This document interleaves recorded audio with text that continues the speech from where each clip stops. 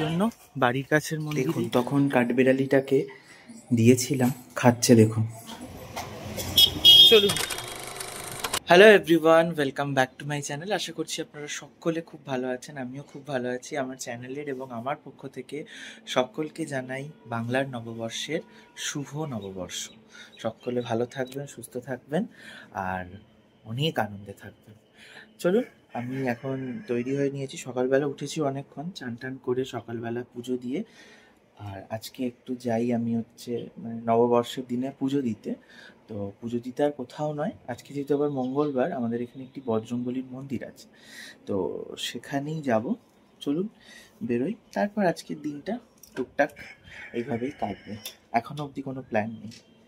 চলুন বেরোই। এই যে সকালবেলা আমাদের ঘরের সামনে রাখা আছে বজরংবলীকে, পুজো দেওয়া হয়েছে। আর এখন আমি যাচ্ছি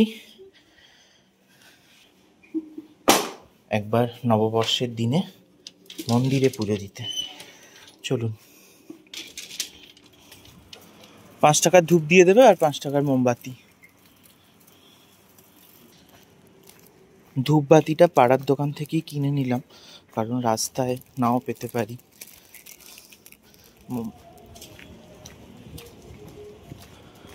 রোডে চলেই এসেছি, এবার শুধু একটুখানি মিষ্টির দোকান থেকে লাড্ডু না পেলে সন্দেশ আর একটু ফুলের মালা কিনে নেব। 4টে বেসনের লাড্ডু দেবে। হ্যাঁ,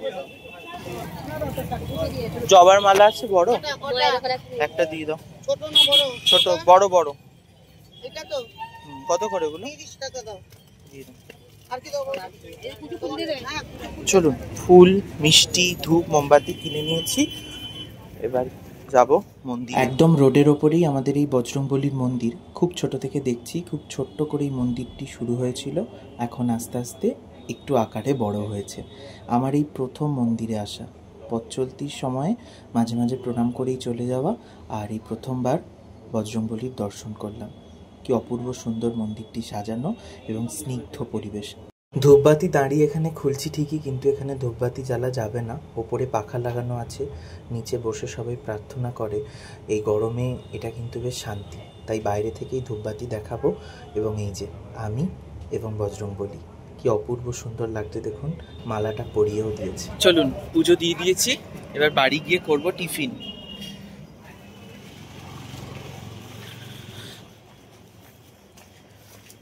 আপনারা তো জানেনই, আমাদের এদিকে একটি বজরংবলী মন্দির আছে খুব বড়, পাকুড়িয়া সালাসার ধাম। ইচ্ছে ছিল আজকে ওখানে যাওয়ার, কিন্তু সকালবেলা ওদিকটা এমন অড রুট, কিচ্ছু গাড়ি ঘোড়া পাওয়া যায় না, আর হাইওয়ের ওদিকে তো, সেই জন্য বাড়ির কাছের মন্দিরেই পুজোটা দিয়ে দিলাম। নববর্ষের শুভ সূচনা ঈশ্বরের পায়ে প্রণাম করেই হোক। চলুন চলুন, বাড়ি চলে এসেছি, প্রসাদটা সকলকে দিয়ে দিই। নববর্ষে পুজো দিয়ে এসেছি, আর এই যে লুচি, গরম গরম লুচি, আলুর চচ্চড়ি আর ডিম সেদ্ধ।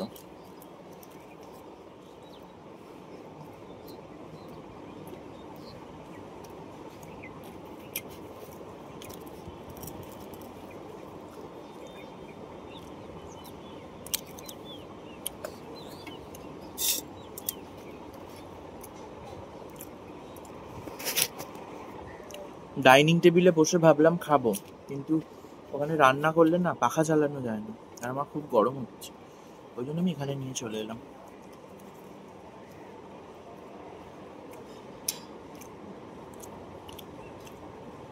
প্রাকৃতিক দৃশ্য আর সুন্দর সকালের ঠান্ডা হাওয়া, মিষ্টি রোদ দেখতে দেখতে খাচ্ছি, ব্যাপারই আলাদা। চলুন, নববর্ষের স্পেশাল মেনু হচ্ছে খাসির মাংস। মশলাটা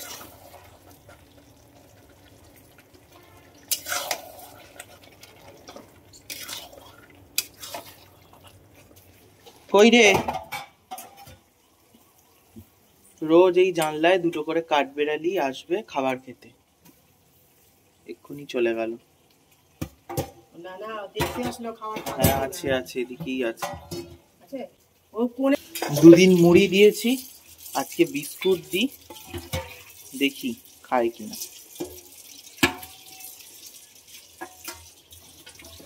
এখানটা এমন দেওয়া থাকে, আর ঠিক এসে খেয়ে নেবে। এক্ষুনি মুখ বাড়ি বাড়ি দেখছিল। চলুন, মাটন দিয়ে তেল ছেড়ে এসেছে, এবার প্রেসারে সিটি মেরে নেওয়ার পালা।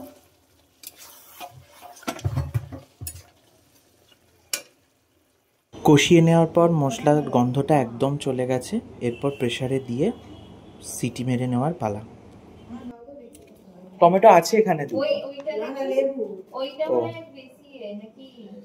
চলুন, আজকে যেহেতু খাসির মাংস হচ্ছে সেহেতু স্যালাড তো হবেই। স্যালাড কাটতে বসেছি সকাল 10টার সময়। কেটে এটাকে ফ্রিজে রেখে দেবো, বার করব যখন দুপুরবেলা ঠান্ডা ঠান্ডা স্যালাড খেতে বেশ ভালো লাগে।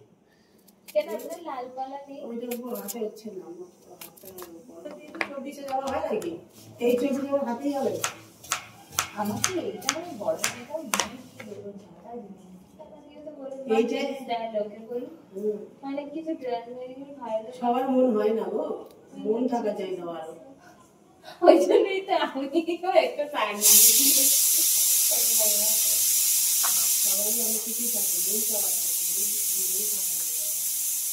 আমার মন নেই, আমি আমার ছেলেকে কিছু দিতে পারলাম না। কেন দিতে পারলাম না? সামনের সপ্তাহে তো আমার জন্মদিন, কত দিকে দেবো? যদি জন্মদিন তো না থাকলে আমাকে টাকা দেবে।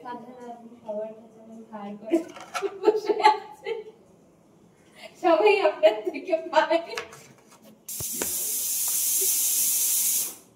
চলুন, খাসির মাংস সেদ্ধ ডান, প্রেসারটা খুললাম। ওরে কি হলো, খুলছে না কেন? অনেকক্ষণ তো হয়ে গেছে। এই তো দেখুন, খাসির মাংসের লাল লাল ঝোল, এই যে কি অপূর্ব সুন্দর দেখতে। তখন কাঠবিড়ালিটাকে দিয়েছিলাম, খাচ্ছে দেখুন, যা আবার চলে গেল।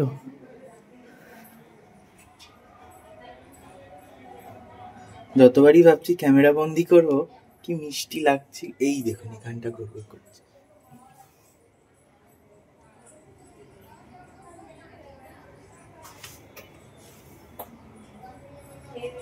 দেখতে পাচ্ছেন, বিস্কুট গুলো আসছে, কুটকুট করে খাচ্ছে আর নিয়ে পালাচ্ছে। তৈরি হয়ে নিয়েছি, এই যে কোথায় যাচ্ছি? ডেন্টিস্টের কাছে। এর দাঁতে ব্যথা, দাঁত মাজে না, দাঁত মাজে না, ডেন্টিস্টের কাছে যাচ্ছি। হ্যাঁ, সত্যি বলতে আমরা পয়লা বৈশাখ শটে সকালবেলা পুজো দিয়ে এসেছি। আর থ্যাংক গড যে আজকে মার দিদার যে ডাক্তার ছিল সে বসবে না, নাহলে বিকেলটাও শর্টেড হয়ে যেত। বিকেলে যদিও এখন নো প্ল্যান, তো আমরা এখন যাচ্ছি ওকে নিয়ে ডেন্টিস্টের কাছে। চলুন। ডেন্টিস্ট বলবে দিদি ভাই কত লিপস্টিক লাগিয়ে এসেছে, ডাক্তার কি অবস্থা। আর লিপস্টিক মেখো না। চলে এসেছি ডেন্টাল, এই যে স্মাইল ক্রাফটার। ডাক্তার দেখানো কমপ্লিট। চলুন এবার টোটো ধরে একদম বাড়ির পথে রওনা দিই। একদম পেটে ছুঁচো দৌড়চ্ছে, গিয়ে খাওয়ান দাওয়ানে বসতে হবে।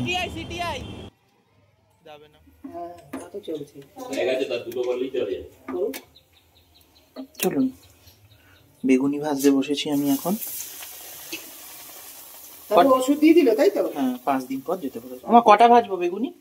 আর ওটা তোমার দুটো, আমার একটা ধর না, তোর দুটো, বাবার দুটো, তাহলে আর কটা ভাজতে হবে ওটাই। দুপুরবেলা খাওয়া দাওয়া করে নিয়েছিলাম, খাওয়া দাওয়া করে ঘুমিয়েও পড়েছিলাম। এখন বাজে হলো 6:45। আমরা এবছরও আর কোথাও যাইনি, আমাদের ভট্টনগরে মেলা বসে, একটু মেলাতলাতেই যাচ্ছি। আর একটু হালখাতা করার আছে ওর। গত বছরও মনে আছে, আমার মনে আছে গাছ বসানোর পর আমরা মেলাতেই গিয়েছিলাম। তো এবছরও এই যে আমার একটা জামা পয়লা বৈশাখে, এটা আমার ছাত্র দিয়েছে, থ্যাংক ইউ। আর এটা ও পেতেই থাকে আমার মায়ের কাছে। চলুন চলুন বেরোনো যাক, বৃষ্টি হওয়ার সম্ভাবনা রয়েছে। দেখা যাক, আশা করছি হবে। আসার সময় ওটা দিয়েই তো আসতে হবে, একটু ঘুরিয়ে। প্রত্যেক বছর নববর্ষের সময় আমাদের ছোট্ট করে মেলা বসে, তো আমরা যাচ্ছি ভট্টনগর রাস্তার ওই নগর মেলা থেকে ফেরবার পথে। যদি সেরকম হয়, এই রাস্তার এই যে দেখতে পাচ্ছেন এখানটা দিয়ে তো হেঁটেই যেতে হবে, একটু ঘুরে চলে যাবে।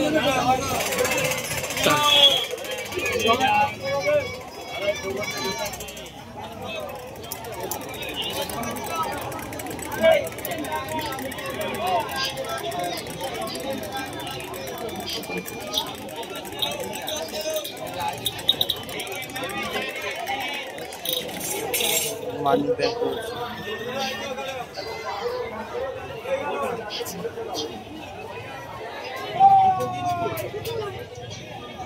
ঠিক আছে ঠিক আছে জিজ্ঞেস করছি।